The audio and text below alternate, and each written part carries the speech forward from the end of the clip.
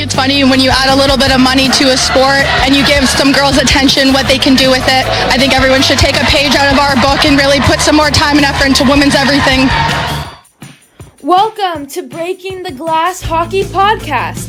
We're talking women's hockey from the PWHL to the NCAA. We will be talking with players, builders, coaches, and fans who have made this great game what it is today. Educate, empower, elevate. Let's go! That was a good one. That was your daughter. Yeah. Well, welcome back to Breaking the Glass Hockey Podcast. Big milestone for us. This is double digits. We're episode number 10. Woo! So, pretty good. And we are, for our big milestone, we're without Linda. She was, that woman has not an hour that's not filled on her calendar. Well, and she's super jock right now, right? She's gone from golfing to softball. Yeah, I was going to say, she's got softball. She was golfing over the weekend. The kids have kung fu. But she'll be back for Thursday's episode. We're giving you another double week, but we wanted to record tonight because we are, what time is it? It's 5:45 in the East Coast. We are an hour away, a little over an hour away from puck drop on the PWHL Finals. So we wanted to hop on real quick. But before we get there, let's do our little cleanup here. We had talked, I don't know, with all the interviews, a few episodes ago about the makeup and the ownership of minor league and the PWHL, and we were talking about all those different things. So I did a little digging. Professional women's soccer, the NWSL, uses the one owner model like the PWHL and some minor league hockey teams. And there's been some talk that what the PWHL is doing could be the new model for leagues moving forward based on the success. I mean, you and I talked a little bit before we were recording. It's not just one guy. It's a whole board and governors. But I would imagine, I wonder if they get to a point where they start selling the teams to different entities, and then they have to adjust the cap and league revenue. I always find myself these days, I see both sides of the story and benefits for each so clearly. But, in one sense, it gives you a sense of control and consistency. Mm-hmm. Which is really nice. Like, I love the way the first year when they launched it, when they didn't have the logos and they really just promoted the brand of the league and had PWHL, right? So you couldn't have done that if you probably had individual owners. So it gives you the ability to control the marketing, the narrative, really to launch things in a very professional way. But yes, I hear you, Brownie. Like, as the growth happens, which is very exciting, would it be advantageous then to be able to sell the franchise rights and let the local communities really take hold of it? But then you also, and then just to play devil's advocate, you then have to worry about the people are not in the collaborative effort. It becomes, what about the Fleet, or what about the Charge, or what about the Frost? It's not like, let's focus on the entire, you know what I mean? And yeah, it's one of those, like college level, like to talk, have a discussion, like those forums that you have in school. Well, it's sort of like talking about the NIL, right? You look at University of Delaware, where it worked out beautifully for the goaltending. And you have other situations where, people move out in abundance and it doesn't seem so beneficial. Right. Yeah. It's there's people that get paid to analyze this stuff. And yes, and then the other stuff we had was at the IIHF. We were talking about how teams got demoted and who it was, and it turns out it was Norway and Hungary got demoted from the championship division to Division 1. So there was a relegation or a demotion. Mm-hmm. So now they're playing now with China, France, Italy, and Slovakia at one notch below. So there is some consequence to it. And then Italy, who shut out the tournament, remember Linda had asked if any other team had done that. USA has the only team that's come the closest. They made 4 out of 5, but Italy swept the whole thing. So okay. There you go. And then Linda's not here, so she had her clothing brand she was all about, but I have no idea what it is. So I think me and Linda's algorithms are probably a little different when it comes to social media. So I have no idea what that. It was some clothing brand she wanted to shout out. Remember? No, I don't remember. Yeah, maybe you weren't here. There was some. I think it's a Czech. It's a Czech company that she was like enamored with their gear, and she was like, "I'm going to do a deep dive." And yeah, so A deep dive into golf game, maybe. yeah. That's a cliffhanger for the next one. But you know what's funny, Brownie? I'm reading Sammy Joe Small's book right now, and Okay. it's awesome. I mean, it's keeping me up late at night because I just want to read the next chapter. Okay. But with COVID, when they had to cancel the World Championships, then they actually didn't drop a team that year, and then the following World Championships they played with 9 instead of 8 at the time for the World Championships because nobody dropped out of the pool. So it is seeing the consistency over the years with the IHF, with the shifting of the teams. It's like the English Premier League. Like you have to play your way up to the next level, and if you play poorly enough, you drop down. And I think it eliminates. I believe part of it is it not only rewards the teams that are spending money up to the cap and bringing in the right players, but it also I think it kind of puts the kibosh on tanking because if you tank too much, you're going to fall. Like imagine if the Buffalo Sabres haven't made the playoffs in 14 years. Imagine if they got relegated to the AHL. Yeah. Right. Not to pick on Buffalo. That was a stray. Yeah, we could have picked on Boston, but probably better to send it over to Buffalo. But yeah. Well, Buffalo's on my mind because I saw a stat today, and I'm going to take every chance to rip the Toronto Maple Leafs. But Buffalo hasn't made the playoffs in the last 14 years. And since the NHL lockout, they've won more playoff series than the Leafs. So that's pretty bad showing for the Maple Leafs. I'm just gearing up for the morning skate podcast we're recording tomorrow, and I'm going to be full bashing the Leafs. I'm very much enjoying that. That's right.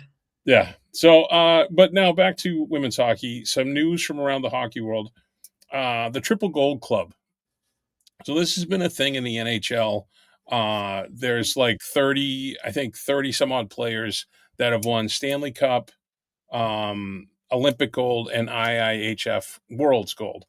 Now there can be a triple gold club for the players in the PW because of the Walter Cup. With that being said, quick shout out to Kendall Coyne Schofield, Kelly Panic, Lee Steckline, Nicole Hensley, and Maddie Rooney, which is a very exclusive club. These are the only women walking the planet that have won the Walter Cup, the Olympic gold, and IIHF Worlds. So I thought that was a pretty cool little thing. Yeah, I'm sure they don't. Some great probably, digging by you, Brownie. Yeah, I don't know if I came up with it myself, but I did see it and I thought it was a cool little thing. And then unfortunately, I'm going to butcher her name. So there's a forward for the New York Sirens. Is it Noura Tulis? Is that how you say her name? I think Noura. Yes, I think so.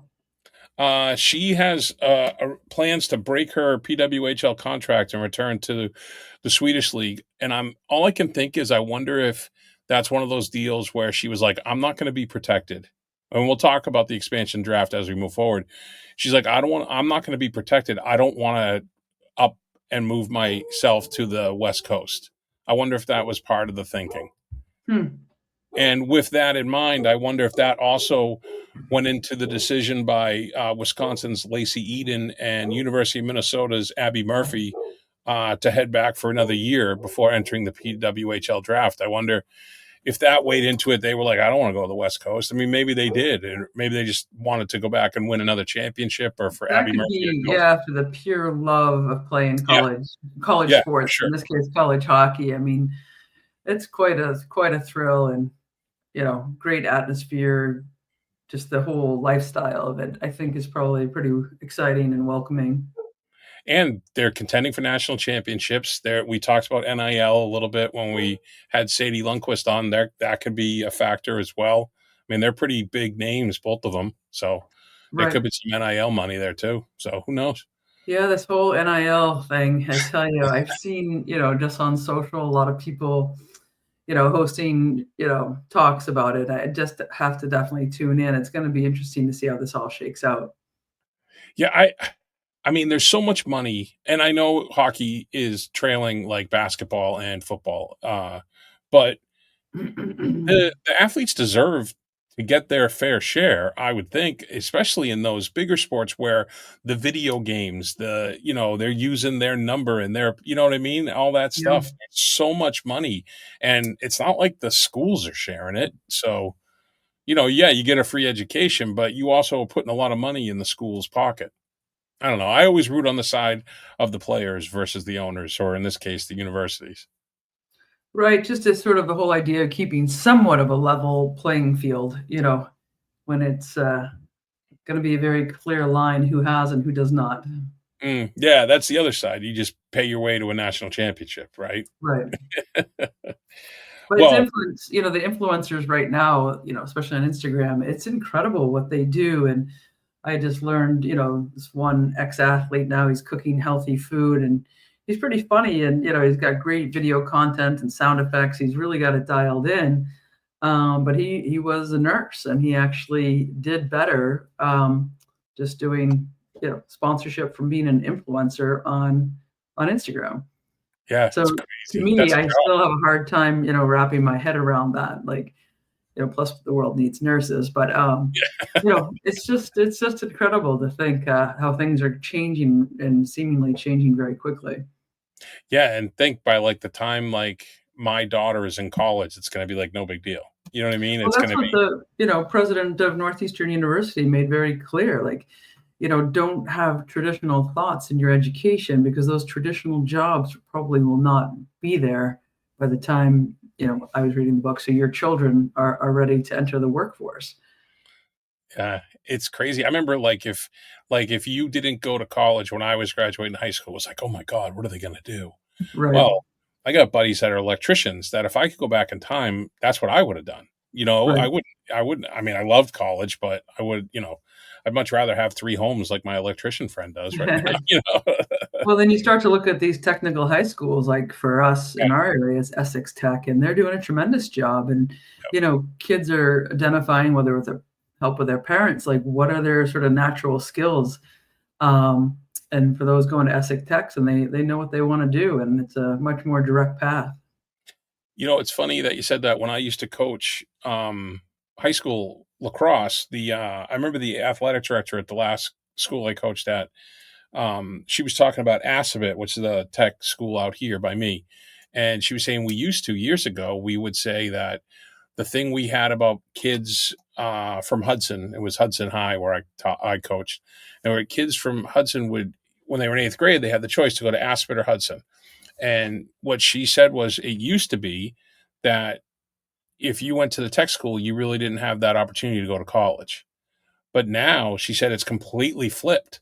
And Hmm. not only do they send just as many kids to college from Aspen as they do Hudson. She goes, but they learn a trade while they're in high school. Yeah, So if they go to college for a year, if they're not starting fresh, they can go, you know what? I really would rather be a graphic designer or electrician or plumber or whatever it is. yeah, Yeah, everyone's got a different path. So yeah. No, it's pretty awesome. yeah, for sure. The more choices definitely is better. But we're here to talk about the PWHL finals, which start, like we said, in like an hour. So Can I ask Walter, sort of a rhetorical question, Brownie? sure, Brownie, how are you and I looking from our picks here? you and I are doing pretty well. That's what I Uh, thought. I thought that. Yeah. yeah. So if you and I are doing well, that means Linda's not. Oh, I didn't even mean to imply that since she's not here and everything. Remember, there is video. She's gonna see Oh, how full of crap you are shit. when she watches that. You might have Love fooled you, me. Linda. Love you. But yeah, Kelly and I got it correct. Linda wanted to be different, and different equals wrong in this case. So the finals start tonight. It's Minnesota versus Ottawa. They play tonight, Tuesday, Thursday, Saturday, and then if necessary, the following Monday and Wednesday. Because remember, it's a best of 5, which I would really love to see the finals be a best of 7. I think that would be a little bit. I mean, that's just selfish on me for wanting more hockey. And correct me if I'm wrong, but didn't last year go to game 5? Yep, it was the Yeah, final. Yep, that's pretty yeah, exciting. it was. It was really exciting. Yeah, remember Alina scored the goal and she like ran off the rink like, Oh, "Let's yes, go, we have yes, one more yes. game." Yeah, Lena Mueller with a great Sally there. So this is the second year in a row that features the two underdogs from the first round. It's also the second year in a row that Toronto has been eliminated by Minnesota. Tough week for Toronto hockey. Very much so. Yeah. And then this is also the second year in a row that the number one seed, this year was Montreal, picked their opponent to get eliminated by.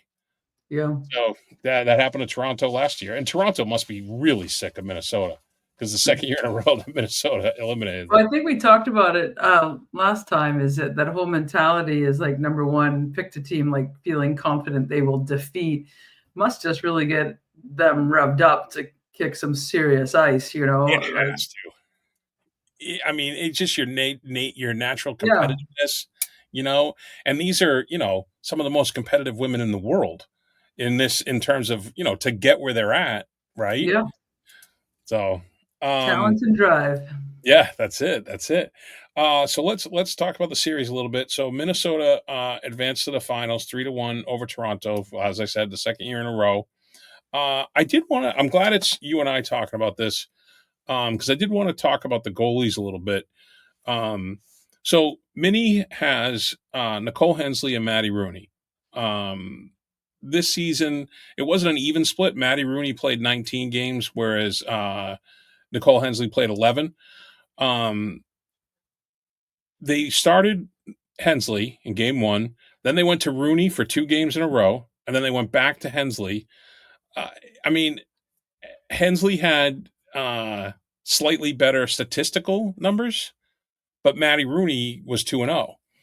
And I want to ask you that how were you ever in a platoon situation like that? No.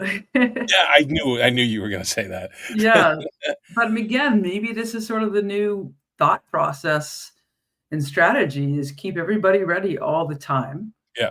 But also just going a little bit with that coach's instinct. You just have a feeling from your player, from your athlete, that this is the one they're going to. Could be a little bit of also, assessing how the players react to the quarterback if you will, being Right. the goalie. So a lot of other factors going into it. But yeah, I mean, also two very talented goalies. Yeah, for sure. Well, that's the thing with this league, right? I mean, 6 teams, there's way more than 12 top goalies in the women's Yeah, game.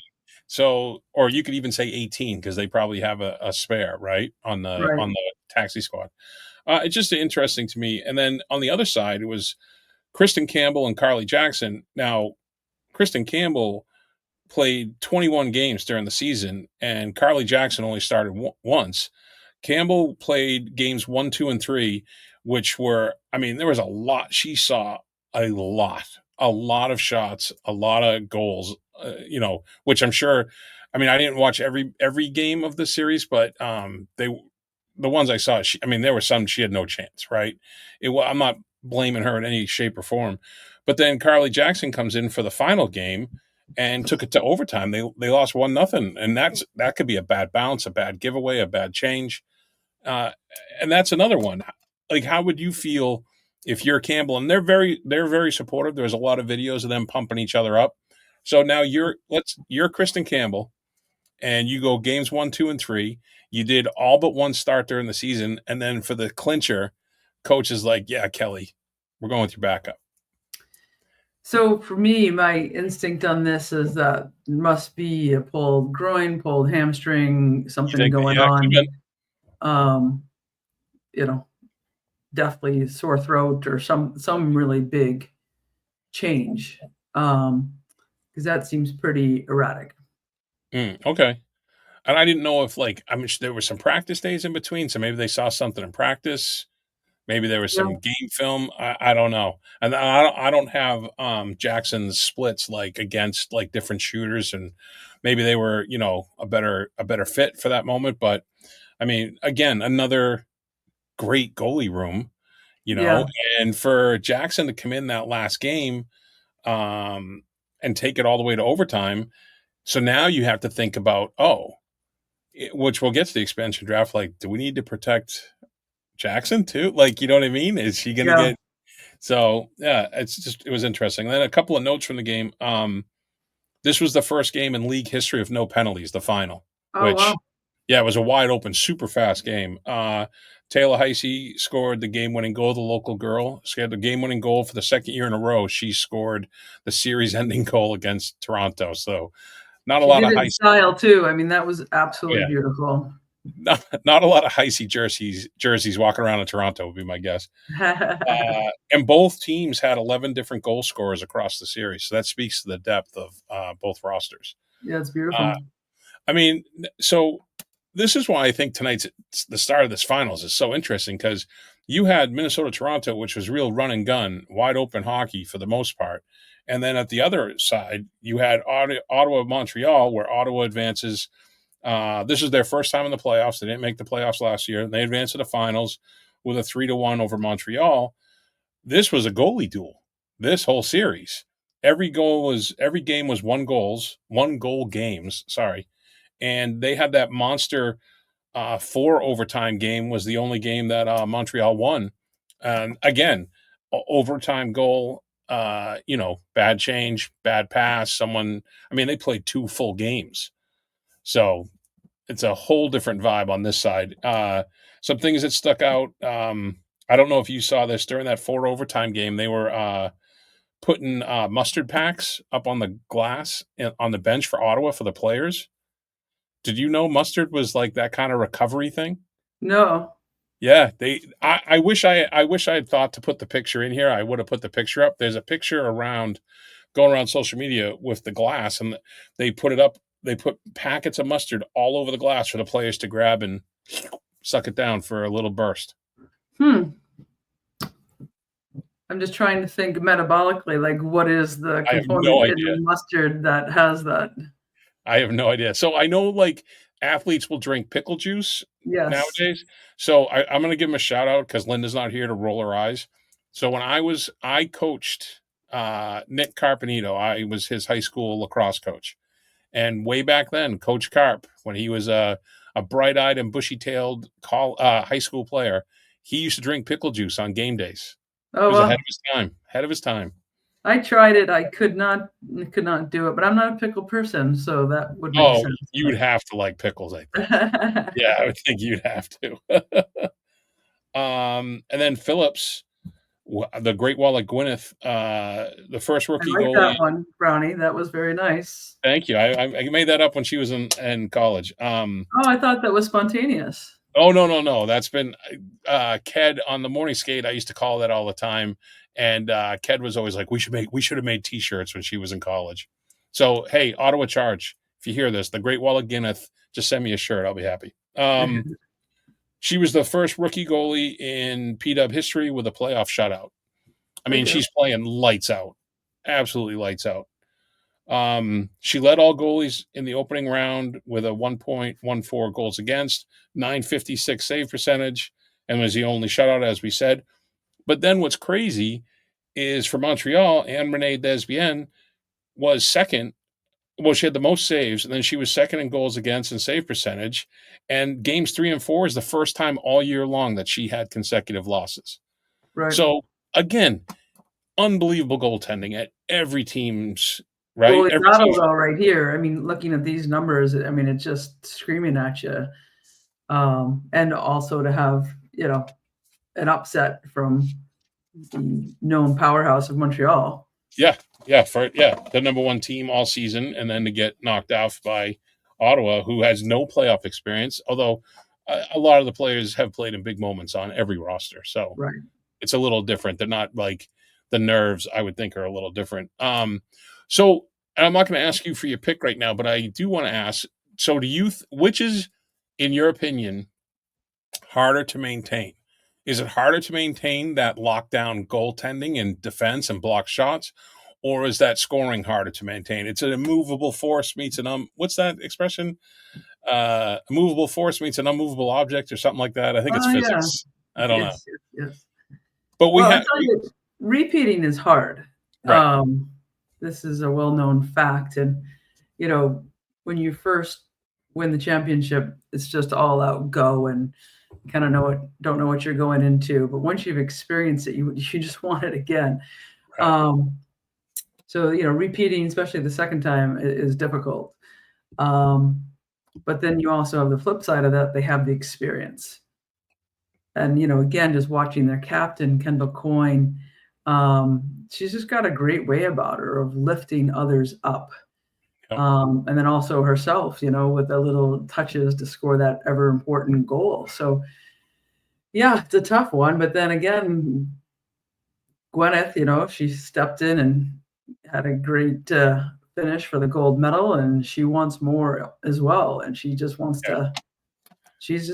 We've seen what she can do. So. Yeah, and it's not just Phillips. I mean, the whole Ottawa, I mean, they're just dialed. I mean, Cheyenne Darkangelo is playing like her hair's on fire. She's just all around the puck. It's awesome to watch. Yeah, it's one of those things is defense wins championship, but you're going to win them all 1-0. I mean, it's going to be tough. Yeah, should be exciting hockey. Yeah, it should be very exciting. So we'll do our picks at the end, but some other big PWHL news that came out was expansion. Kind of they I don't know if how much you got to wrap your arms around this. Let me just ask you another rhetorical, Brownie. Who was it that picked those teams?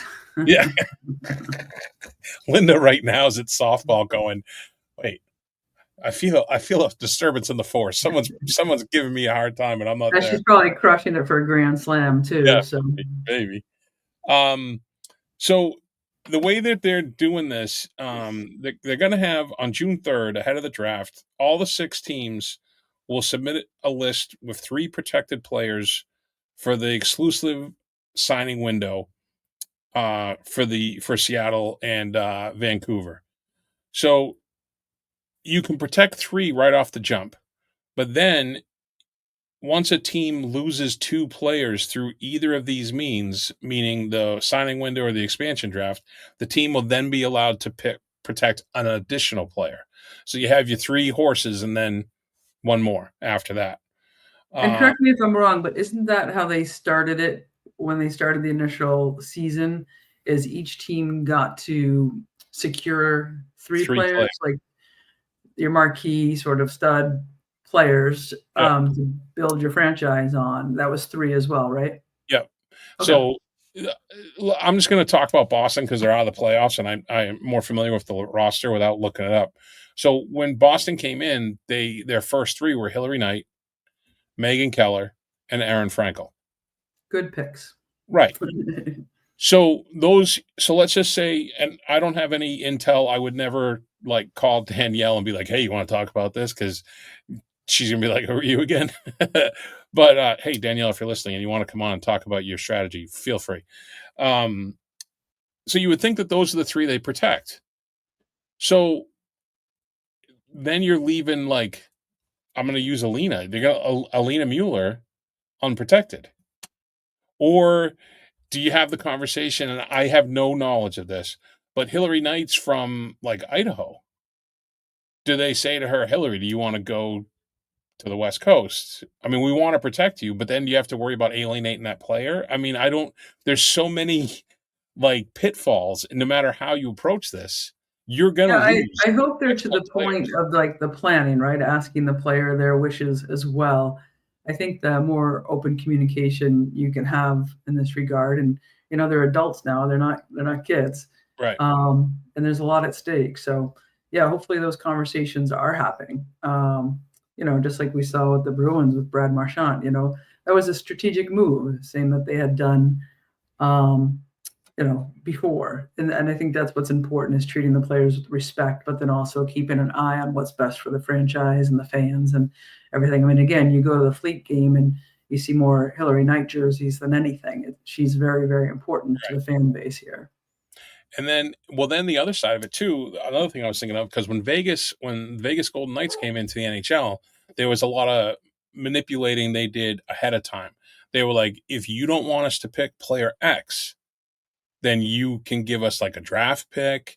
You can give us don't protect this player. So I wonder if the GM of the Fleet could reach out to, I know it's weird because there's only 6 rounds of the draft, I believe. Is it 6 or 8? I think it's 6. No, 8 rounds, 8 rounds.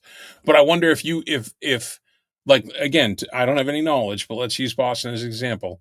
If the GM of the fleet reached out to Seattle and Vancouver and said, "Hey, we can protect these three, but here's another three, and if you don't pick them, I'll give you our 7th and 8th round picks."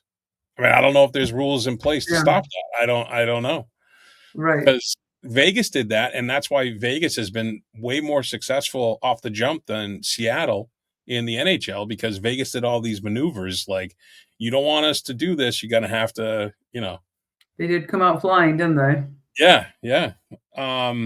Okay, so then so after the list is done, June 4th to June 8th, the expansion teams will have a 5-day window to sign a maximum of 5 players each. There's no required minimum number of players to sign, and any unprotected player or player on an expiring contract can be signed.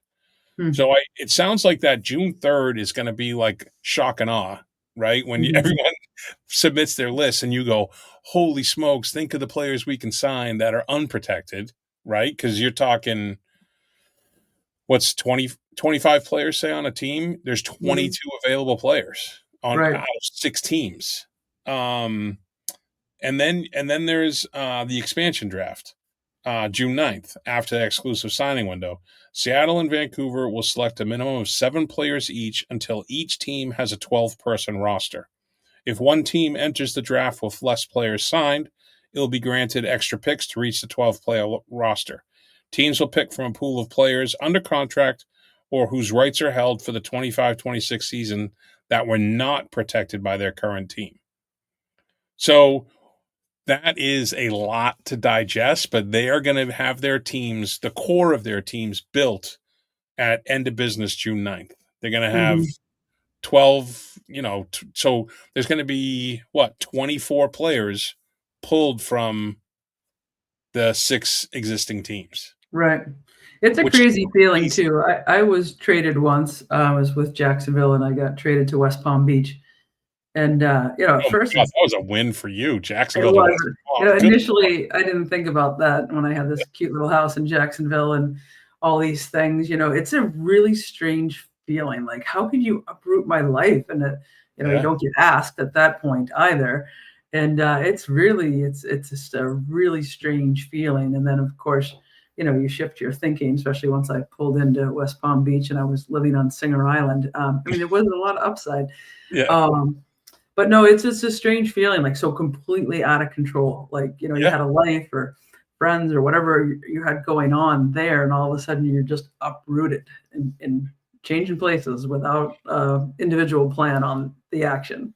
It's not so, but it's even more extreme, in my opinion, because, Minnesota is Ottawa. They're a little west, right? But they're still eastern half of the seaboard. If you're a Boston player, you're going the other side of the country, New York. Yeah. And that's, kids, spouses, family members, proximity to your family. And well, look at Dempsey, who was on Boston, and then she ended up where, in Montreal. Who? Dempsey from the Pride. Yeah. That was a tough one. Yeah. It's it's this. Yeah, this is. These GMs. Good Lord, and so that's on June 9th, and then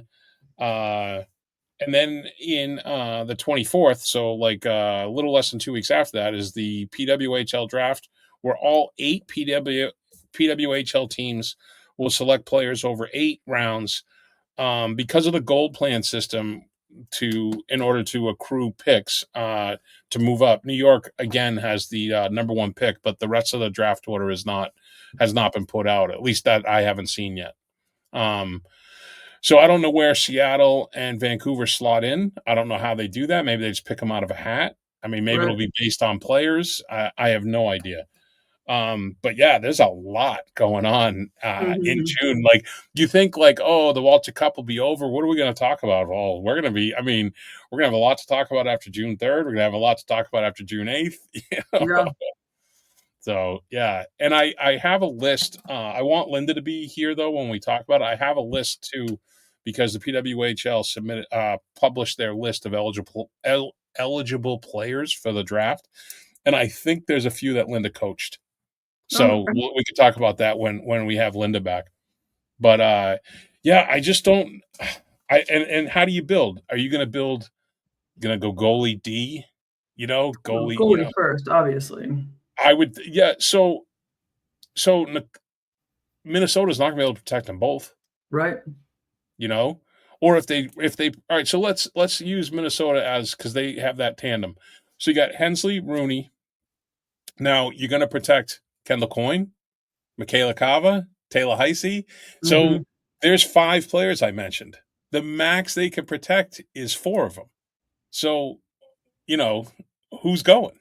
Well, right? Here's another situation too with both your goalies, are veterans, and I'm sure they have their lives set up pretty well rooted in Minnesota too. And those are some big decisions. So I don't know the ins and outs of the collective bargaining and all the rules. I wonder if a player can be like, all right, I'm not going. I'm going to retire. Right? If they are that settled. Right. And then what happens to Seattle or Vancouver? They get another pick? I don't. Right. Are they allowed to talk to the player ahead of time in an exclusive signing window? That's what I think the signing window's for. I know I'm dating myself significantly, but think of Eric Lindros when he refused to go. This type of thing. Eli Manning in the NFL said he wasn't going. Yeah, another one. Yeah. So I don't know. I just think it's you will drive yourself insane trying to figure this out, because there are so few that you're allowed to protect, and each team is so deep, right? And then there's like 180 something players put their names in for the draft. That's funny. I remember when Gwyneth Phillips' name hit the list from last year, She was a 3rd round pick. Yeah. Yeah. That's because there was depth in goalies. It's crazy. Like, I started looking at it like, how would I build my team? And I'm like, you can't even predict it. You can't even predict it, because you don't know who will be uncovered. And then the last thing I have, this isn't on the sheet, but I just figured I would take a look and see championships. Who's won more championships, Ottawa or Mini, in terms of sports in general? Ottawa has 4 Stanley Cups with the original Ottawa Senators. The most recent one was 1926-27, so nothing new sooner. And they have the Ottawa Red Blacks and the Ottawa Rough Riders, which I guess are a different iteration of their CFL team. They've won some Grey Cups. And then the Governor's Cup for international baseball, the Ottawa Lynx. So that's Ottawa. And then Minnesota, obviously the PWHL last year. They won that championship. The Twins for Major League Baseball in 1991. The Vikings in 1969, before it was called the Super Bowl. It was called the NFL Championship. They hadn't come up with the Super Bowl yet. And then apparently the Minnesota Lynx, the WNBA, are a bit of a wagon. They've won 4 titles. Oh, wow. Yeah, so that's a Linda one. Yeah, so should we make our picks, or should we? I think we need to wait for Linda for this. Okay, one. All right. Plus, we don't want to make sure we're all, you and I are in agreement, and then have Linda come in again after. I will say this, and this sounds so like fence sitter. I'm really just looking forward to these games, you know, and I think I could talk myself into being happy for whichever team. I will say that my daughter has told me that she is full bore on Minnesota because of Katie Knoll. Katie's her favorite player, and she wanted me to record a video to Katie, and she's like, "Can we send it to her after school today?" And I'm like, "Well, Katie's got a game tonight, so maybe we can send it to her tomorrow." That's cute. But yeah, I'm just really looking forward to the games, and I hope it goes 5 for purely selfish reasons. Yes. So it's great though, when just thinking about your daughter's age group, being younger, and to be, that into it and feeling passionate to want to reach out and send a message. I mean, that's what it's really all about, when you can connect with fans of all ages from all places to that level to inspire. Like, I just have to let her know how much I like her and help her win. That's full level of fan engagement. Yeah, and I think that's something that the PWHL, I think that's something they do really well. They do a very good job with fan engagement, with making sure that people feel seen from all walks of life. And I think the community outreach is a big part of the success of the league so far. Yeah, well, just the fact that women have a professional league to this level now, just a big sign that everyone can play Yeah, in a big way. yeah, for sure, for sure. Well, that's it. This is a short one because we want to make sure we make puck drop, and we'll have sassy Linda back for next episode, and she'll be even sassier because of all our chirps if she listens. She has But been yeah, missed, though, Brownie. It's been nice having this little time with you, but it is yeah. awesome. Like when we were at the Worlds without her, it was. I mean, the Nationals without her, it was nice without Linda sometimes. That's not what I was saying, though. Oh, I'm sorry, I misunderstood. I'll get us both in trouble. That's good. I do miss you, Linda. Like the sister I never knew I didn't want. Well, I have a motto: a teammate for life. So I have there to you go. have Linda in that category. Nice. Well, that's it for us this episode. As we sign off, I'll just say, Jada Ginla, hope you have a great day tomorrow. I'll have what's mine? Oh no, I forgot. I'm just gonna say play more and have fun. There you go. All right, we'll see you next time. Thank you.